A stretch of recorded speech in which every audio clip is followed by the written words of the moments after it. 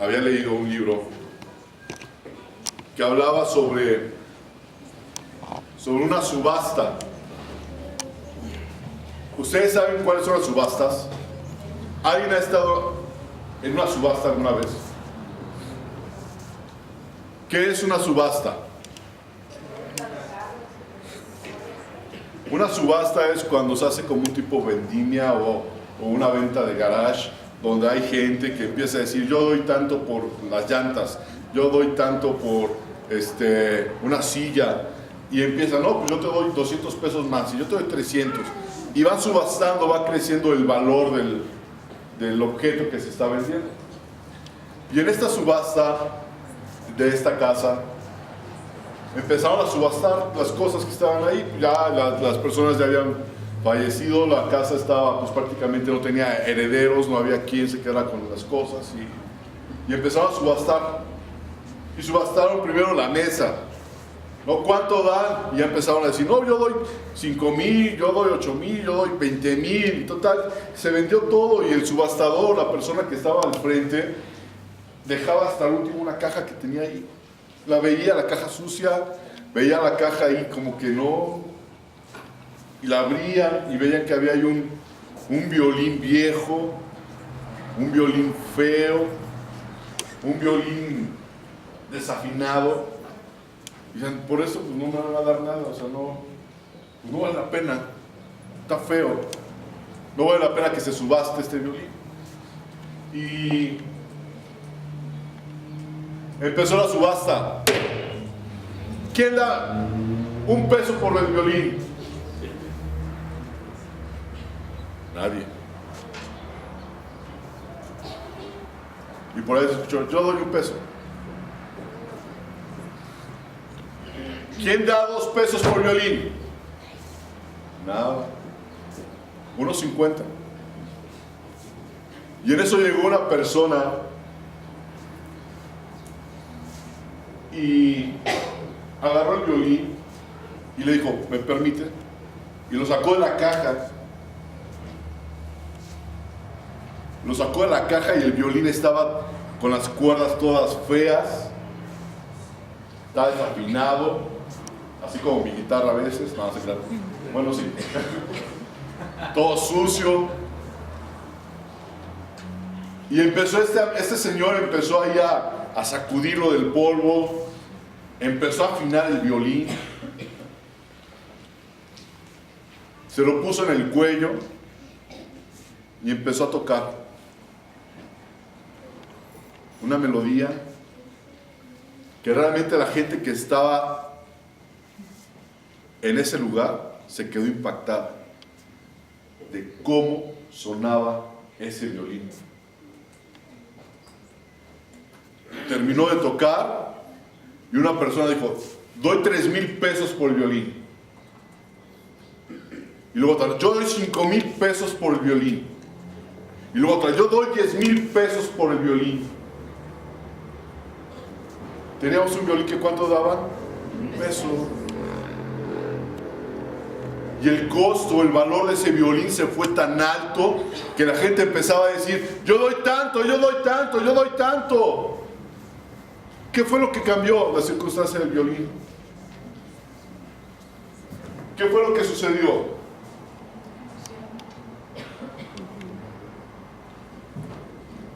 ¿Qué creen que habrá pasado? ¿Era el mismo violín? Empezó a servir. ¿Mandé? Empezó a servir. Empezó a servir. Lo restauraron. Lo restauraron. Que aunque estuviera feo, El violín, ¿verdad? el violín no. Ok. Aunque estuviera feo el violín, sucio, si lo afinabas, lo limpiabas, iba a sonar bonito.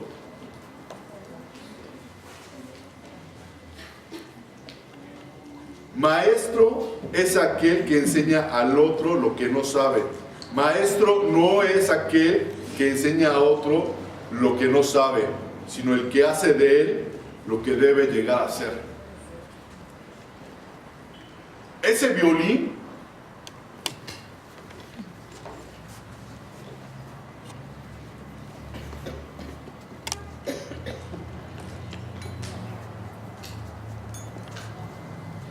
Toca la guitarra.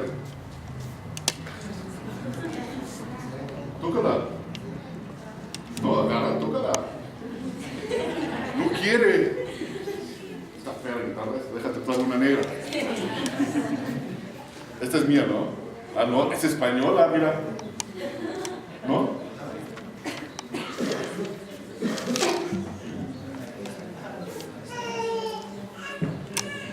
Esta, ¿qué tal está?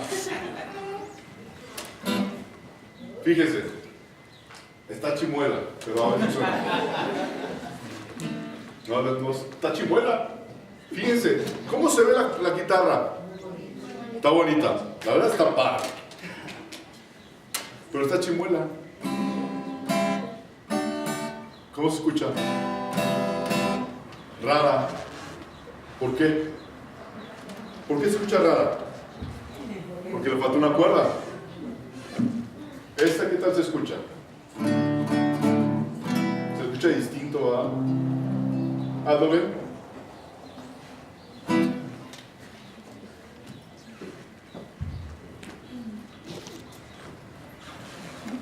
De las guitarras que están aquí, Aldo, escoge una, por favor. La que tú quieras.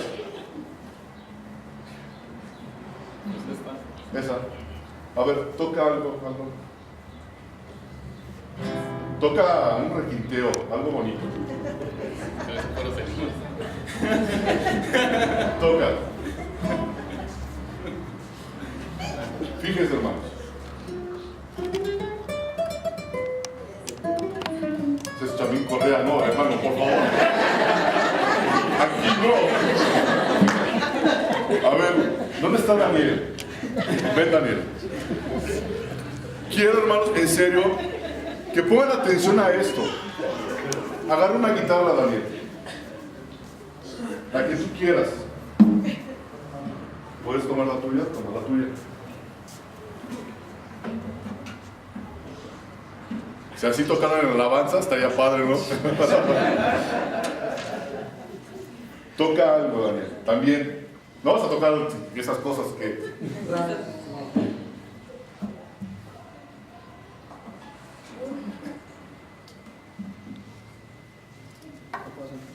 Por favor, maestro.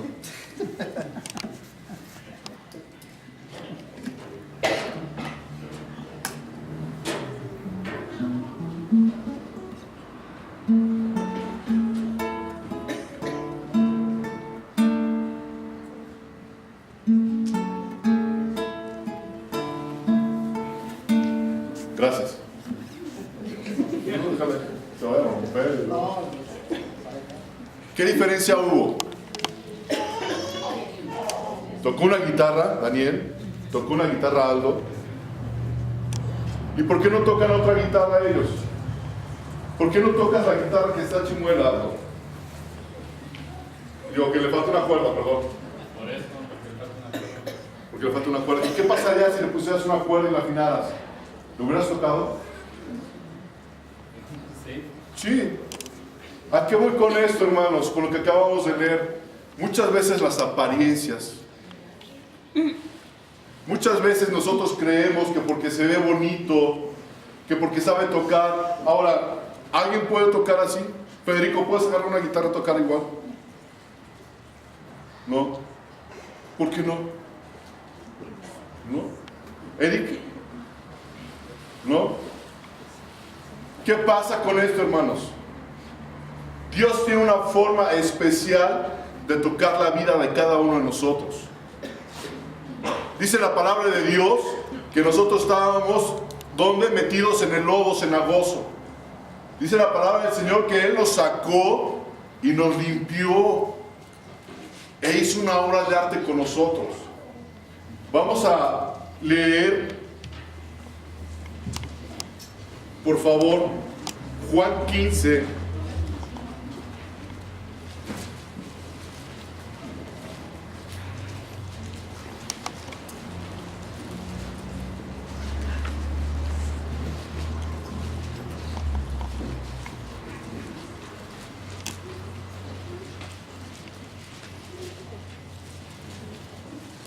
¿Ya lo tiene, hermanos? Juan 15, versículo 16.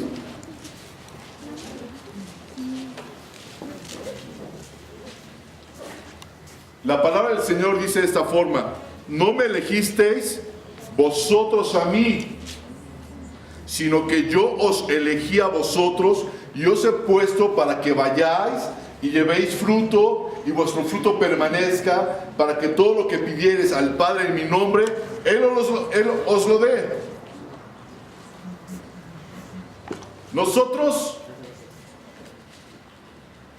no elegimos a Dios, Él nos eligió a nosotros.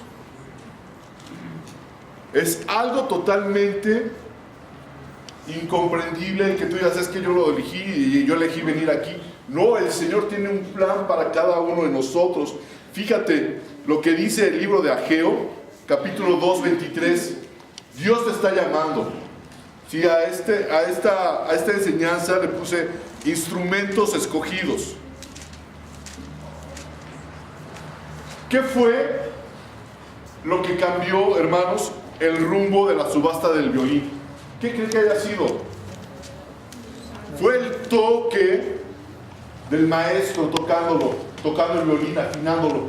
Fue lo que cambia, es lo que cambia la vida de uno, la cambia el Señor. ¿Qué es un instrumento? Para esto, ¿qué es un instrumento? Vas a pensar ahorita en un instrumento, vas a pensar en una guitarra, vas a pensar en qué más, en un violín, en una batería. ¿Qué más puede ser un instrumento? ¿Una herramienta? Una herramienta. Sí, ¿qué más puede ser un instrumento? El bajo. Ok, todo eso son instrumentos.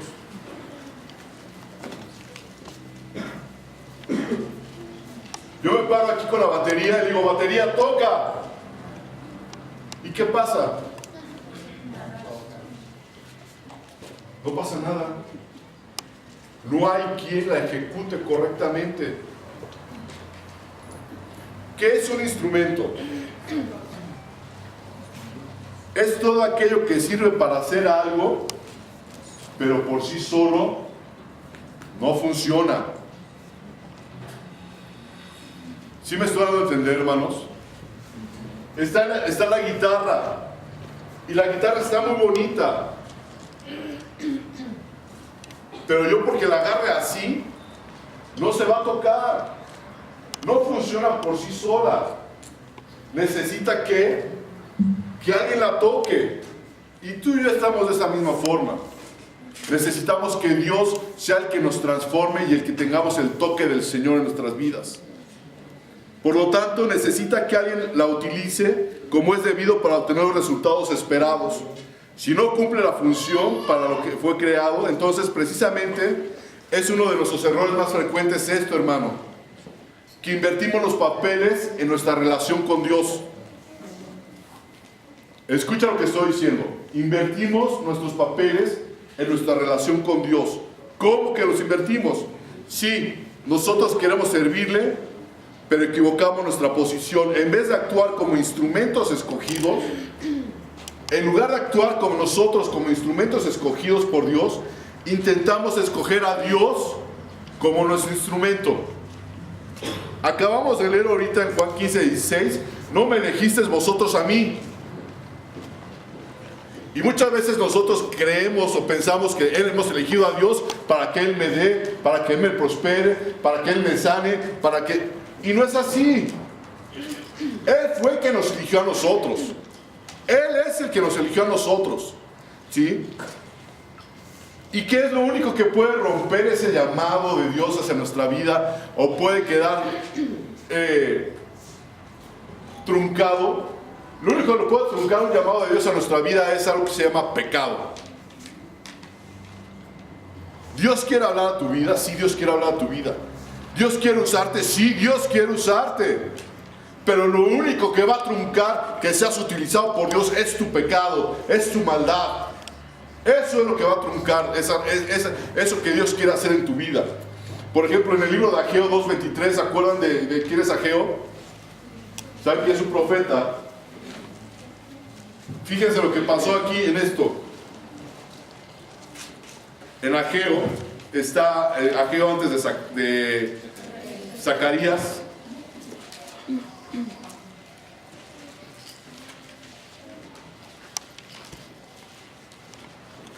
¿Ya lo tienen? dice en el libro de Ageo, capítulo 2, versículo 23. En aquel día, dice Jehová de los ejércitos, te tomaré, oh Zorobabel, hija de Salatiel, siervo mío, dice Jehová, y te pondré como anillo de sellar, porque yo te escogí, dice Jehová de los ejércitos.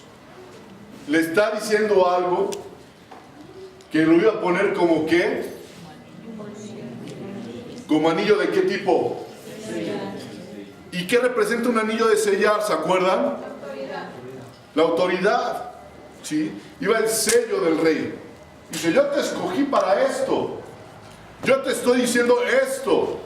¿Quién escogió? ¿Escogió Zorobabel o escogió Dios? Pero ¿qué trunca lo que Dios tiene preparado para la gente o para tu vida? Tu maldad, tu pecado, tu iniquidad. ¿Y dónde está el pecado, hermanos? ¿El pecado? ¿Dónde está? ¿Dónde mora el pecado? El profeta dijo que Zorobabel sería el anillo de sellar de Dios. Es un objeto que proporcionaba autoridad real y propiedad. Como un rey sellaba documentos legales con un anillo, Dios imprimiría su sello al mundo entero por medio de la obra de su siervo. Pero volvemos a lo que dice el libro de Juan 15:16, y dice, vosotros que no me elegisteis, sino que yo te elegí. Tú no estás escogiendo el servir, sino es un llamado de parte de Dios para tu vida. Vamos al libro de Hechos. Pero antes de continuar con el libro de Hechos, yo quiero preguntarte algo. ¿Alguna vez has sido o has estado en un proceso de reclutamiento que has metido una solicitud de trabajo y te han rechazado o no te llaman? ¿Les ha pasado? Levanten la mano, ¿a quién le ha pasado? Yo puedo levantar las dos manos y los pies y todo, ¿no? ¿Y qué pasa? O sea, yo voy con el que me entrevista y voy con la seguridad de que yo soy apto para ese puesto. Porque yo tengo todos los, ¿cómo dicen ahora? Skills, o ¿cómo se llaman los?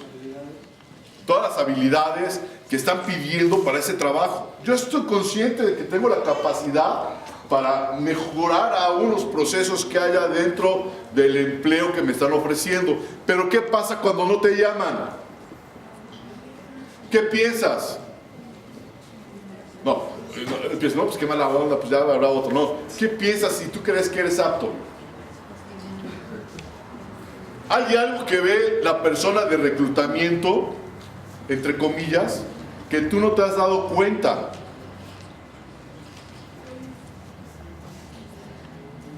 Rolando, mi hermanito que está allá, él es de recursos humanos y contrata por si alguien quiere. No, entonces Rolando lo que hace es decirle sí o no a la persona. Los estudia, los analiza y ve si la persona es apta.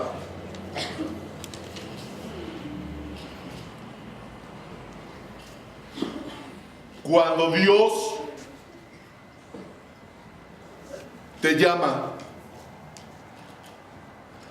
y el Señor empieza a hacer una obra en tu vida, mucha gente dice, pero ¿a poco él? ¿A poco es cristiano él? ¿A poco cambió? Pero, pues qué, pues estaba mal el tipo, estaba mal la señora, el señor. Oye, ¿cómo es posible que esa persona que agarraba pedradas a la iglesia y al pastor, ahora vaya a esa iglesia? ¿Cómo es posible? Y que ahora esté predicando si él hablaba pestes de ellos. ¿Lo contratarías, Rolando? No, ya dijo que no. Ok. Dios sale de cualquier paradigma que exista. Hay un hombre en la Biblia que se llama Pablo y lo vamos a leer en el libro de Hechos, capítulo 9.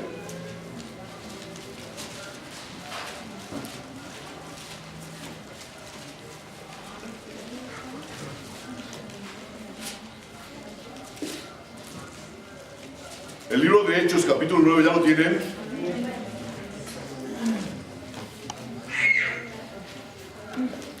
Me decía hace rato Sarita, hermano, me toca decir lo de los colores.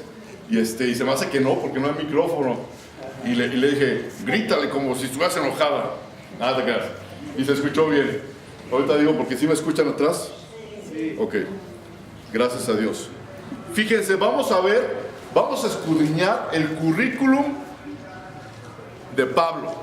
Vamos a ver quién era Pablo. ¿Se acuerda quién era Pablo? Todo el mundo lo conoce. ¿Quién era Pablo? Dígame una característica de Pablo, hermana, antes de que fuera convertido. Era fariseo. ¿Era qué? Fariseo. Perseguidor de la iglesia. Soldado. ¿Qué más era? Doctor. Pecador. ¿Qué más? Doctor. Saulo. Perdón, porque después fue Pablo. ¿Quién más era? Gracias, Fer. Era todo eso, era perseguidor. A ver, iba a decir, imagínense correteando yo a Oscar, ¿no? Pero a lo mejor otra vez, Oscar me corretea a mí. Me perseguía a él. Oscar. Y yo, salía corriendo. Pero no nada más perseguía. ¿Qué más les hacía? Los mataba. Los acababa con ellos. Terminaba con ellos. ¿Cuántos quieren a Pablo aquí en la iglesia? Saulo. Y él pensaba que estaba sirviendo a Dios. Sí. Y él pensaba que estaba sirviendo a Dios. ¿Cuántos quisieran tener un Pablo aquí en la iglesia? Digo, un Saulo. Gracias, discúlpeme. Saulo. Cada vez que diga mal, lo dicen ustedes fuerte, por favor. ¿Cuánto les gustaría que un Saulo entrara aquí a la iglesia? ¿No? Imagínate que te agarrara y te pusiera ahí pensando que estaba haciendo la obra de Dios. No. Sin embargo, la palabra en el libro de Hechos, capítulo 9, versículo 1, dice: Saulo, respirando aún amenaza y muerte contra los discípulos del Señor, vino al sumo sacerdote y pidió cartas para las sinagogas de Damasco, a fin de que si hallase algunos hombres o mujeres de este camino, ¿con qué se está escrita? Mayúscula. Los trajese presos a Jerusalén. Tenía un odio hacia los cristianos. Un odio. O sea, quería acabarlos. Apachurrarlos. Alguna vez, bueno, no creo, pero a mí sí me pasó. Una vez se metió a mi casa un ratón. ¿Les ha pasado? No me digan. La primera vez que se metió a mi casa un ratón, dije: mi vida, pues estás grandota, corretealo y acábalo. Y salió el ratón, lo vi, yo grité y mi esposa lo mató. Pero pasó el tiempo y maduré. Es en serio. Amén. Gallo, hermana, gracias. Y maduré. Y un día se metió un ratón a la casa y sí me dio coraje. Y mi esposa me habló y me dijo: Jorge, y ya bajé. Me dice: tenemos visitas. Y dije: ching. Ok. Y en eso que la visita pasa por entre mis pies. Y yo lo único que hice con mis pies fue... Hasta me dolió ahorita, ¿verdad? Pero lo pisé. Y escuché cómo tronaron sus huesos. Fíjense. Yo creo que así Saulo hacía con los cristianos. Acabarlos. No los quiero. No los quiero aquí, que anden paseándose esos cristianos entre mi pueblo. Es lo que pensaba él, a lo mejor. Y los llevaba hasta dónde, hasta la muerte. ¿Y qué le pasó a Esteban? ¿Se acuerdan, hermanos? ¿Cómo murió a pedradas? Imagínense eso, hermanos. ¿Alguna vez ustedes le han dado una pedrada a ustedes? A lo más fuerte que pudo haber sido un pelotazo y te arde y te duele y lloras, te incapacitas. Pero imagínate, moría a pedradas. Y Saulo viviendo. Mira lo que hice. Así como yo le dije a mi esposa, yo solito lo maté. Imagínate, Saulo con ese orgullo de matar cristianos, pensando que estaba haciendo lo correcto.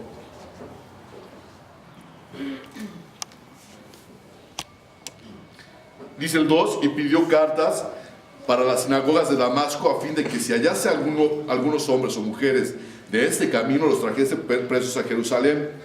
Mas yendo por el camino aconteció que al llegar cerca de Damasco, repentinamente le rodeó un resplandor de luz del cielo, y cayendo en tierra oyó una voz que decía: Saulo, Saulo, ¿por qué me persigues? Y dijo: ¿quién eres, Señor? Y le dijo: yo soy Jesús a quien tú persigues. Dura cosa te es dar coces contra el aguijón. Él, ¿cómo estaba ahora? Temblando. Temblando.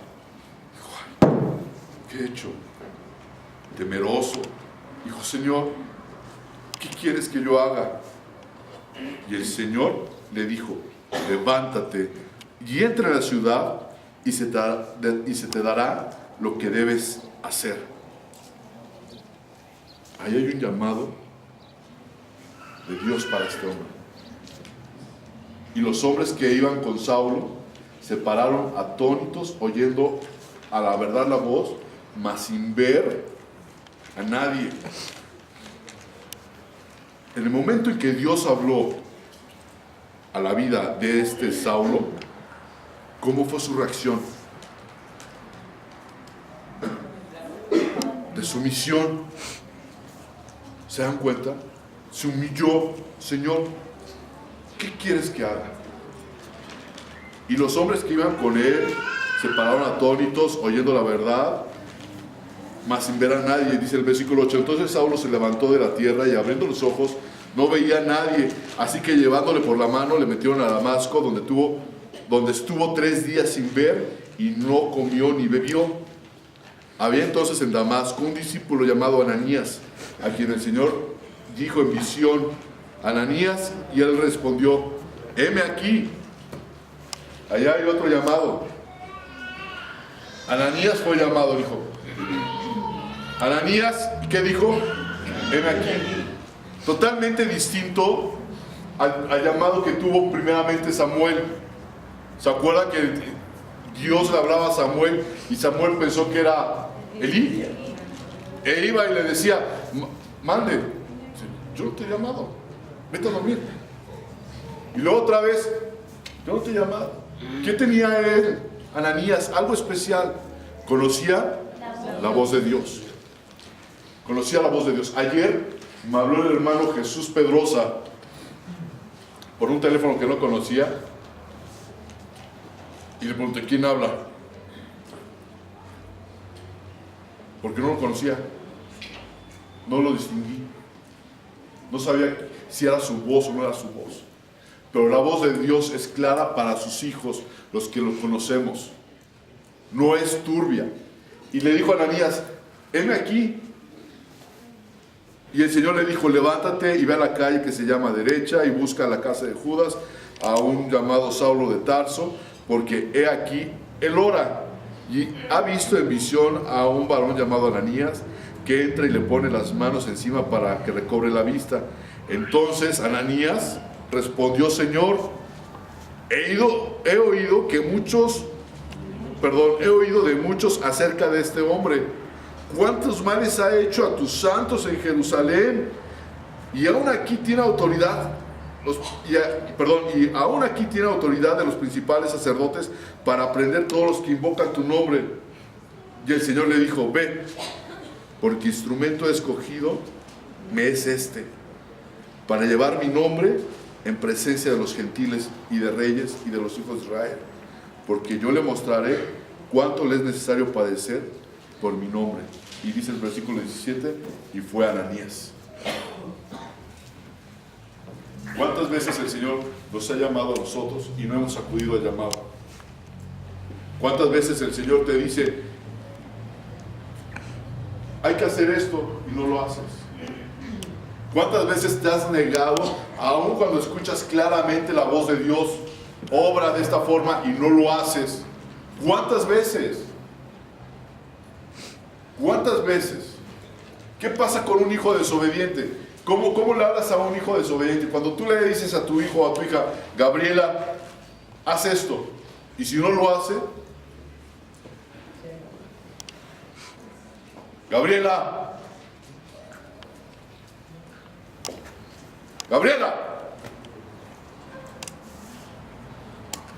¿cuántos hijos desobedientes hay así? El Señor está hablándote, el Señor te está diciendo las cosas, pero tú muchas veces, o yo, hacemos oídos sordos a lo que Dios quiere para nuestra vida. Somos instrumentos y Él nos escogió a nosotros, no nosotros a Él. Nosotros debemos de doblegarnos delante de Dios y escuchar su voz, escuchar su llamado, escuchar qué es lo que Él quiere para cada uno de nosotros. Dice esta parte de la palabra del Señor, ¿sí? Versículo 17, fue entonces Ananías y entró en la casa y poniendo sobre él las manos, dijo, hermano Saulo. ¿Le reclamó lo que había hecho? No, fue dijo, hermano Saulo, el Señor Jesús, que se te apareció en el camino por donde venías, me ha enviado para que recibas la vista y seas lleno del Espíritu Santo. Y dice la palabra que en el momento cayeron de sus ojos las escamas, ¿no?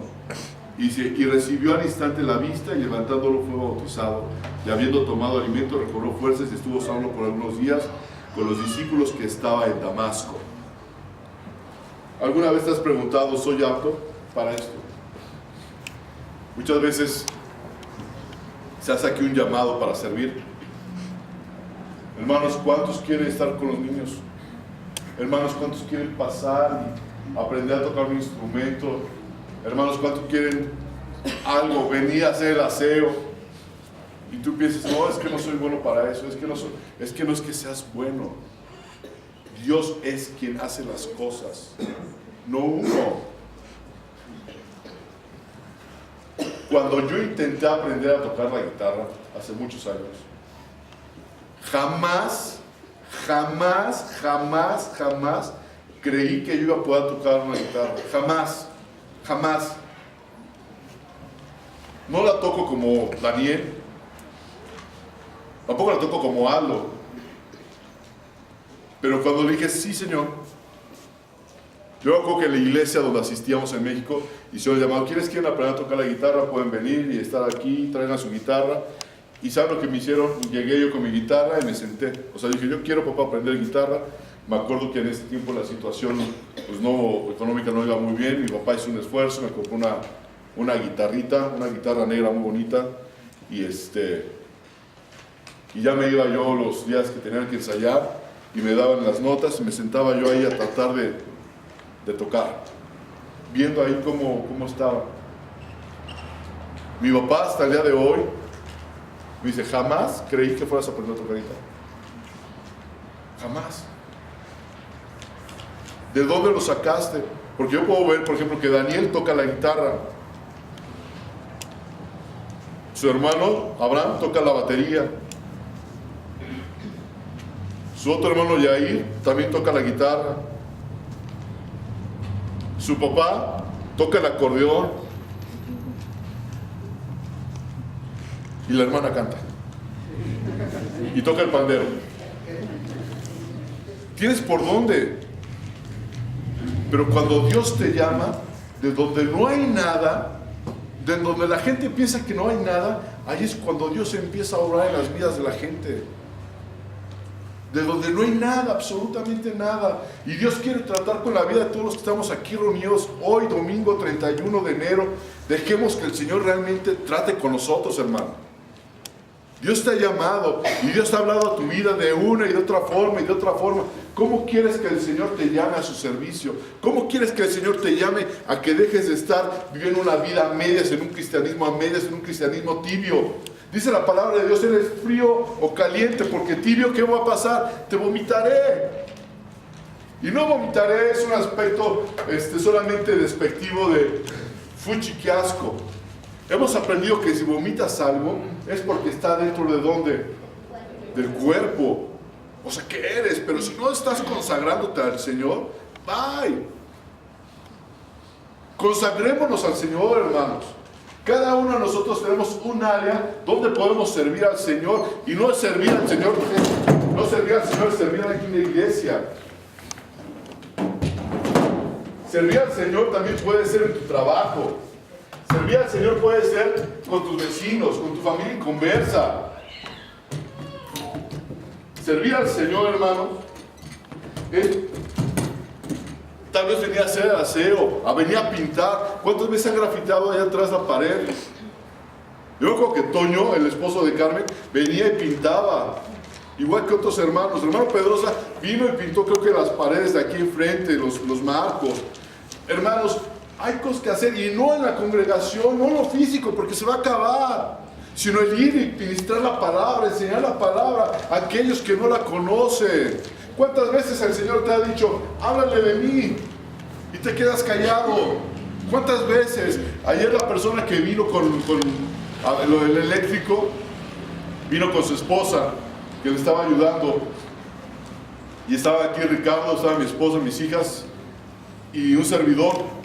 Y decía ingeniero, la esposa del ingeniero decía, es que mis hijos sí saben, pero mi esposo no los trae porque tienen entre ellos problemas.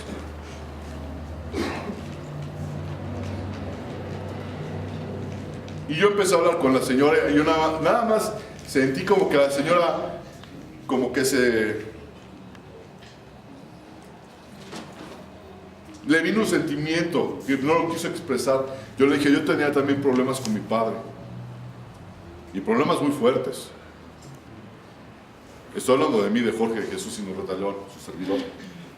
Problemas bien fuertes con mi padre, fuertes, no se imaginan, ni quiero hablarlo, y que lo comente el diablo, porque problemas fuertísimos. ¿Por qué? Porque yo no quería estudiar. ¿Por qué? Porque yo no me quería regresar a México. ¿Por qué? Porque era un rebelde, bien hecho. ¿Sí? Y teníamos problemas. Yo me quería ir de mi casa. Yo quería hacer muchas cosas. ¿Sí? Pero llegó el momento en que mi papá me agarró y me sentó y me dijo, hijo, tal vez la forma en que te he tratado, la forma en que te he llamado la atención no ha sido la correcta. Ven. Y me senté junto a él, me abrazó, me pidió perdón, mi viejo. Y ahí en ese momento se rompió algo tremendo que habían entre los dos, más en mí, porque mi papá es, uno que es papá me entiende a lo que me refiero, pero yo me quedé impactado con lo que mi padre hizo. Y desde entonces somos amigos.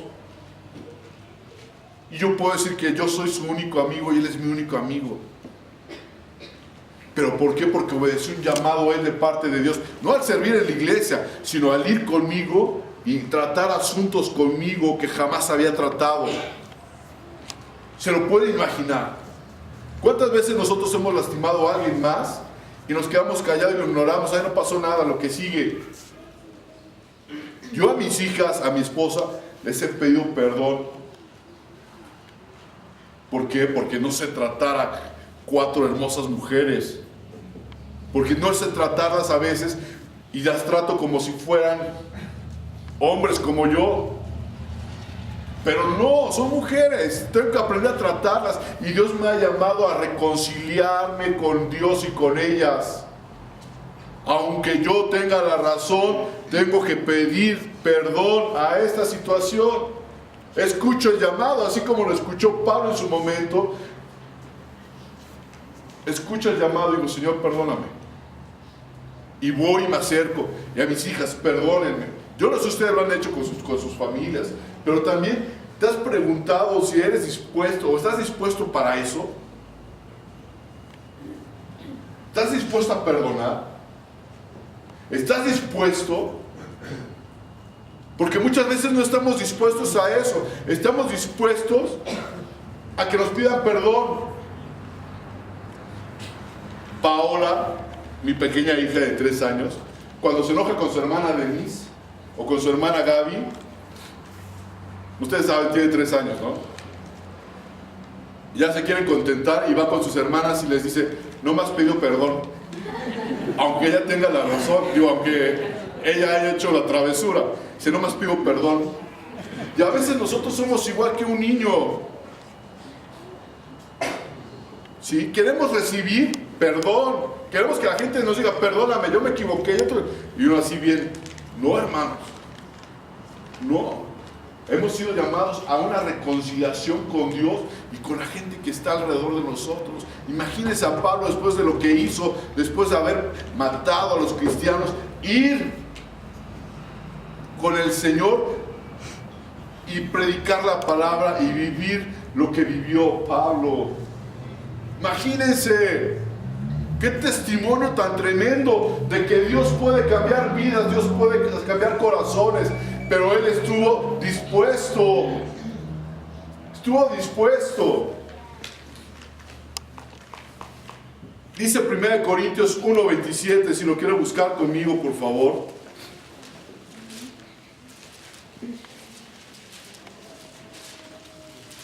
Primera Corintios capítulo 1, versículo 27.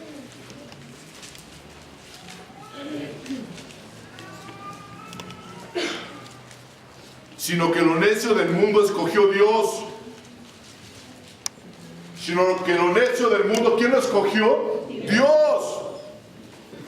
¿Cuántos aquí somos necios? Yo era necio. ¿Tú no eras necio? Dice, lo necio del mundo escogió Dios para avergonzar a aquellos que se creen sabios. Y lo débil del mundo escogió Dios para avergonzar lo fuerte, a lo fuerte. Versículo 28, y lo vil del mundo y lo menospreciado escogió Dios, y lo que no es para deshacer lo que es, a fin de que nadie se jacte en su presencia. ¿Qué fue lo que escogió Dios? Necio. ¿Qué es una persona necia? Rápido, dígame, ¿qué es una persona necia? Una definición rápida de necio. Que está mal. No quiere entender. Que sabe que está mal y sigue aferrado en lo mismo, que no quiere entender.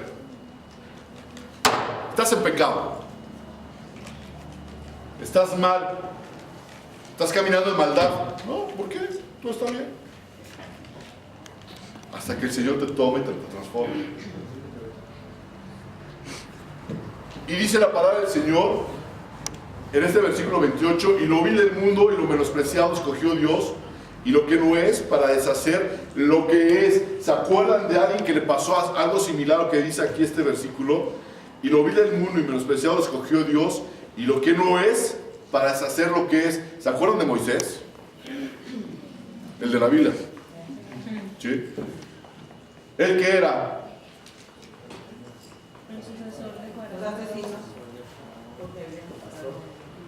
Él era el sucesor del faraón.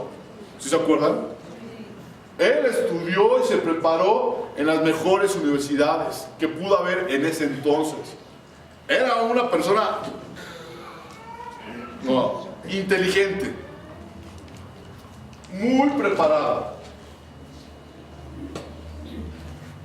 Y Dios tuvo que deshacer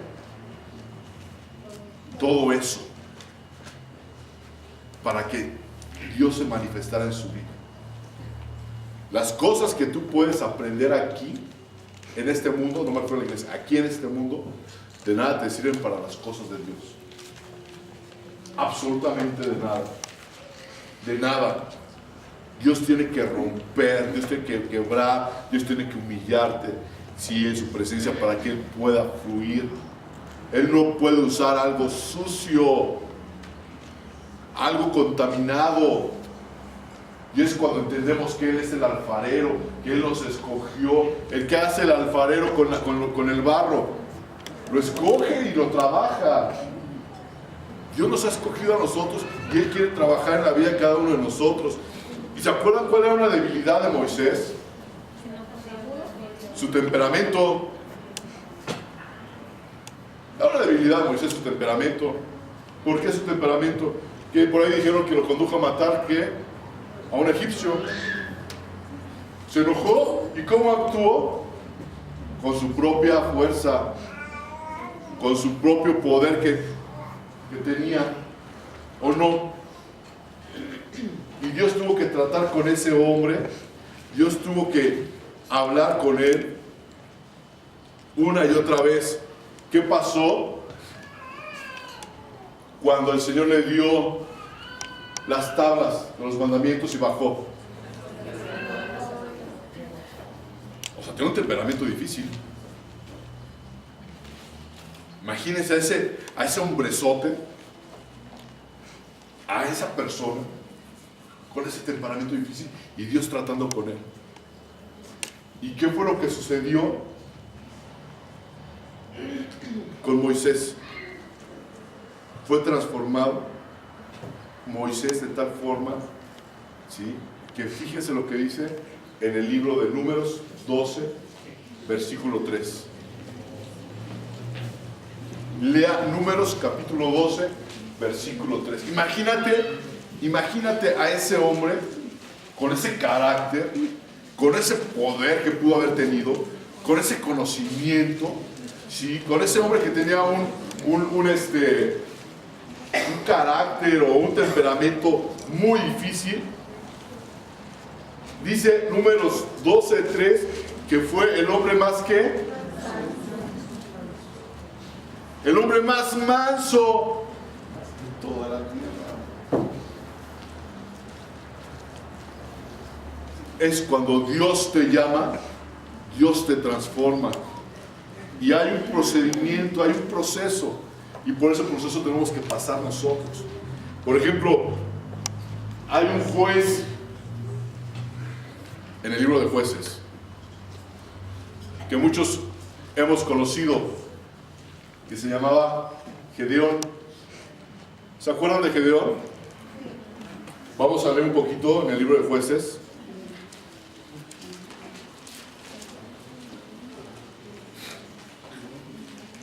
Jueces capítulo 6. Recapitulando un poquito lo que dice el capítulo 6 de Jueces. ¿Cómo estaba caminando el pueblo de Israel? Mal. Tenían sus dioses, caminaban en pecado, en maldad,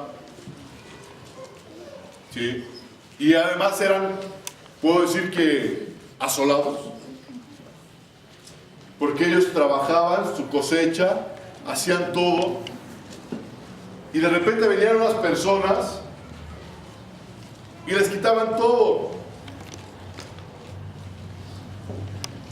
Fíjense, voy a leer capítulo 6, dice: los hijos de Israel hicieron lo malo ante los ojos de Jehová, y Jehová los entregó en mano de Madián por 7 años, y la mano de Madián prevaleció contra Israel, y los hijos de Israel, por causa de los madianitas, se hicieron cuevas en los montes y cavernas y lugares fortificados, pues sucedía que cuando Israel había sembrado, subían los madianitas y amalecitas, y los hijos del oriente contra ellos subían y los atacaban.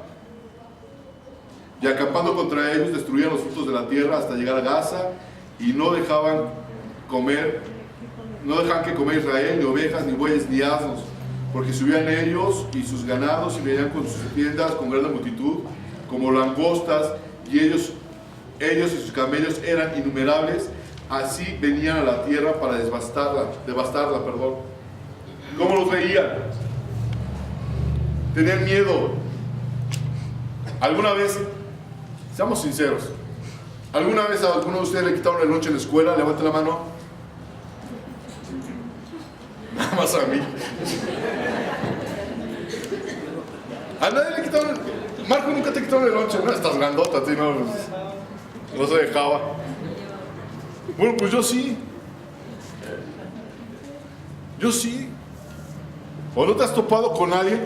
Les voy a decir, cuando vivíamos en la Ciudad de México, había un muchacho, voy a emitir su nombre por si algún día lo ve en YouTube. Bueno, se llama Sammy. Y está grandote. Así como Marco, alto. Pero estaba así todo fuertecillo. Y una vez llegó y le pegó al carro de mi mamá. Yo andaba en el carro de mi mamá y le pegó. Y no dije nada. No, pues, ¿para qué, verdad? Sí. Entonces luego me lo topaba en la calle por mi colonia. Y la verdad, pues le sacaba la vuelta. Le sacaba la vuelta. No quería toparme porque sabía que me iba a maltratar, ¿verdad? Así les pasaba a estas personas. Se escondían porque les quitaban absolutamente todo, los dejaban sin nada.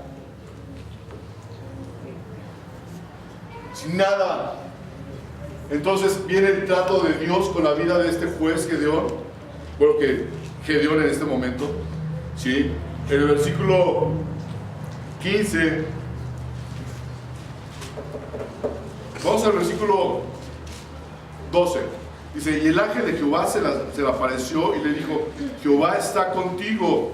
Estamos hablando de Gedeón. Y le dijo, Jehová está contigo, varón esforzado y valiente. Y Gedeón le respondió, Señor mío, si Jehová está con nosotros, ¿por qué nos ha sobrevenido todo esto? ¿Y dónde están sus maravillas que nuestros padres nos han contado, diciendo, no os sacó Jehová de Egipto y ahora Jehová nos ha desamparado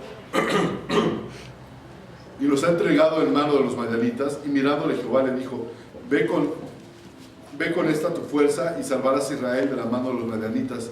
¿No te envío yo? Entonces, versículo 15, le respondió, Señor mío, ¿con qué salvaré yo a Israel? He aquí que mi familia es pobre en Manasés, y yo el menor de la casa de mi padre.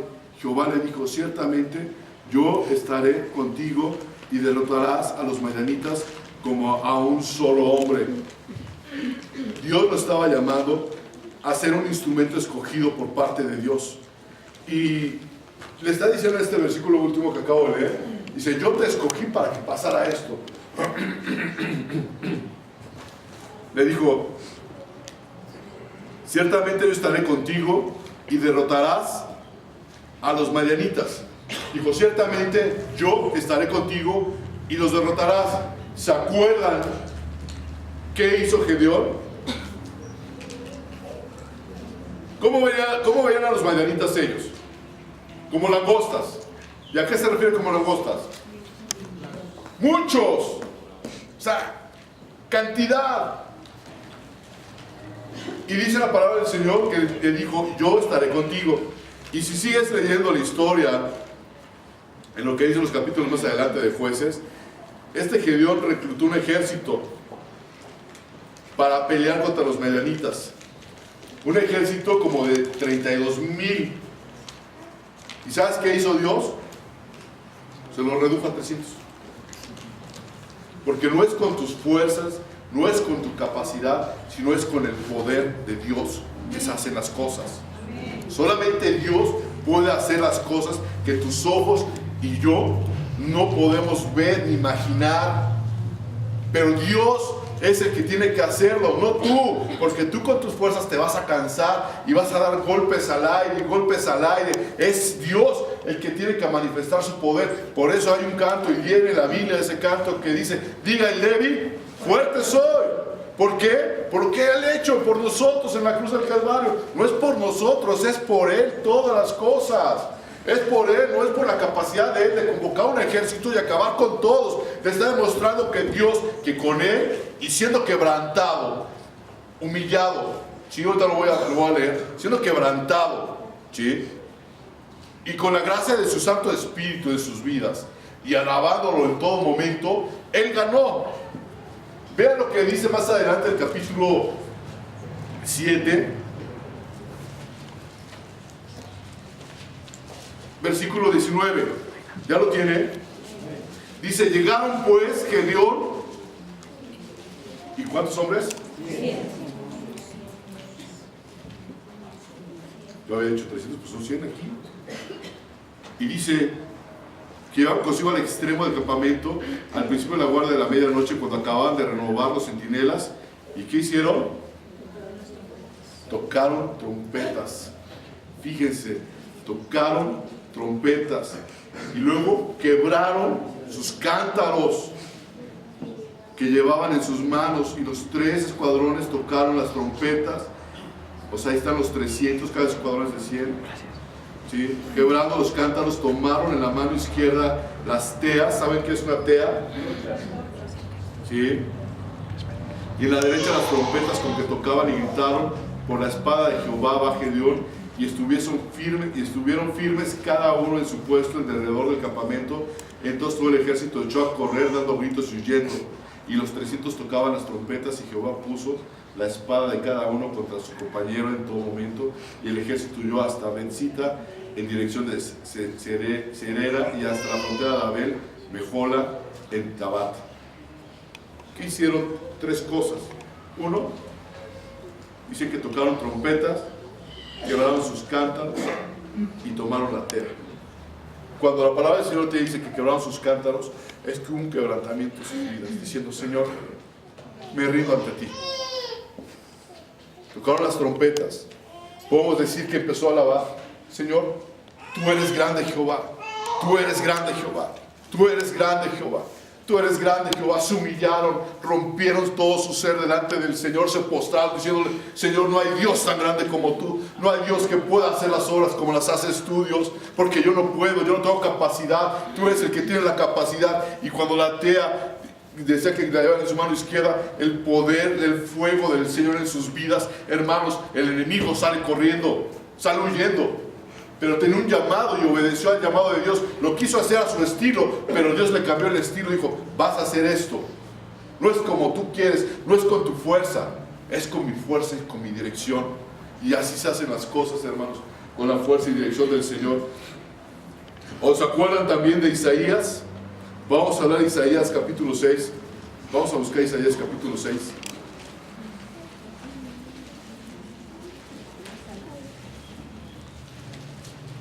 Le decía a Gedeón: Señor mío, ¿con qué salvaré yo a Israel? Decía el Señor: no puedo. Isaías capítulo 6, versículo 5 dice: entonces dije: ay de mí, que soy muerto, porque siendo hombre inmundo de labios y habitando en medio del pueblo que tiene labios inmundos, han visto mis ojos al Rey Jehová de los ejércitos. Que dijo: soy muerto ante tu presencia, Dios. Yo soy incapaz de esto. Y luego más adelante en este capítulo él le dice: Señor, heme aquí, Señor, envíame a mí. Aquí estoy. O muchas veces tenemos temor, como Jeremías. En el capítulo 1 de Jeremías, lo quiere buscar. Jeremías capítulo 1.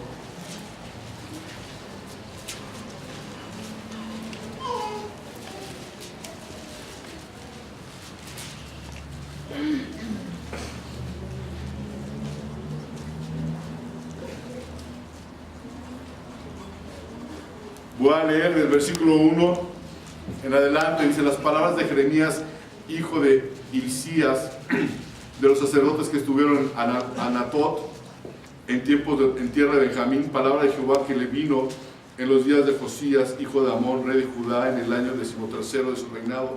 Le vino también en días de Joacim, hijo de Josías, rey de Judá, hasta el fin del año 11 de Sedequías, hijo de Josías, rey de Judá, hasta la cautividad de Jerusalén, el mes 5.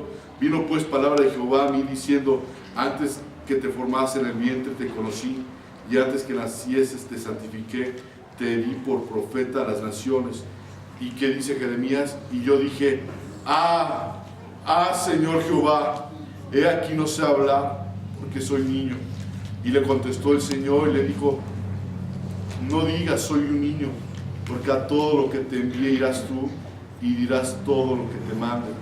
No temas delante de ellos, porque contigo estoy para librarte, dice Jehová. Y extendió la mano, y extendió Jehová su mano, y tocó mi boca, y me dijo: Jehová, Y me dijo Jehová, he aquí he puesto mis palabras en tu boca.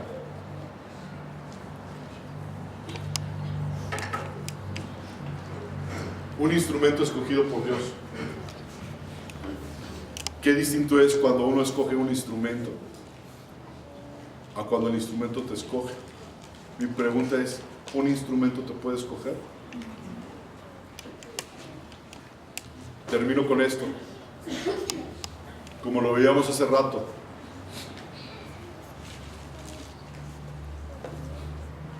el instrumento a mí no me puede escoger.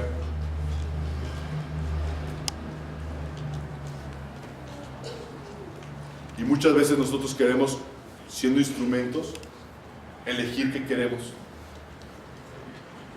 Elegir a Dios porque Él es bueno, porque me sana, porque me perdona, porque me prospera, porque me da una casa nueva, porque me da un cargo nuevo, porque me da un trabajo bueno. Y quieres elegir a Dios por eso. Pero cuando Dios cambia todo eso, entendemos que nosotros somos los instrumentos de Él, que Él nos eligió a nosotros y no nosotros le elegimos a Él. Y el motivo de esto, hermanos, es que quiero que tú seas instrumento de Dios. Que realmente dispongas tu vida y tu corazón a ser utilizado por Dios. ¿Cómo o en qué forma? En la forma que sea. Pero dispón tu corazón a servir al Señor. ¿Sí? Dispón tu vida al Señor. Dile, Señor, aquí estoy, heme aquí, envíame a mí. Y el Señor lo va a hacer, y el Señor va a tratar contigo. Y te lo estoy diciendo en serio. ¿Quieres que el Señor te tome en serio? Tú también toma en serio al Señor. No es un juego esta vida, no es un juego. Hoy estamos, mañana no estamos. Y eso lo sabemos. Y seguimos viendo la vida como si no pasara nada. Sin embargo, Dios nos ha pulido, nos ha hecho como flechas en su aljaba. Yo me imagino cómo son esas flechas. Cuando los soldados hacían sus flechas, las tenían que calibrar de tal forma de que dieran al blanco, porque si agarras tú una vara y la pones en el arco y la avientas, a mejor la vara o la flecha que hiciste tú no vuela, o no es lanzada, o se va para otro lado y no te protege. Pero cuando Dios te prepara a ti como una flecha, Él te lima, Él te prepara, Él te pasa por todos sus procesos para que puedas dar al blanco de la soberana vocación que es Cristo Jesús, para que lleguemos juntos a la estatura del varón perfecto. De otra manera, por nuestras fuerzas no podemos lograr nada, hermanos, sino por Él. Y para Él fueron todas las cosas hechas y creadas, para honra y gloria del Señor, no para nosotros, no para que digan, ah, mira qué bonito toca, ah, mira qué bonito habla, ah, mira esto. No, hermanos, todas las cosas son para Él y por Él. Pero tenemos que realmente entregarle todo eso al Señor. Amén. Padre, una vez más, delante de ti, Señor, estamos en esta tarde.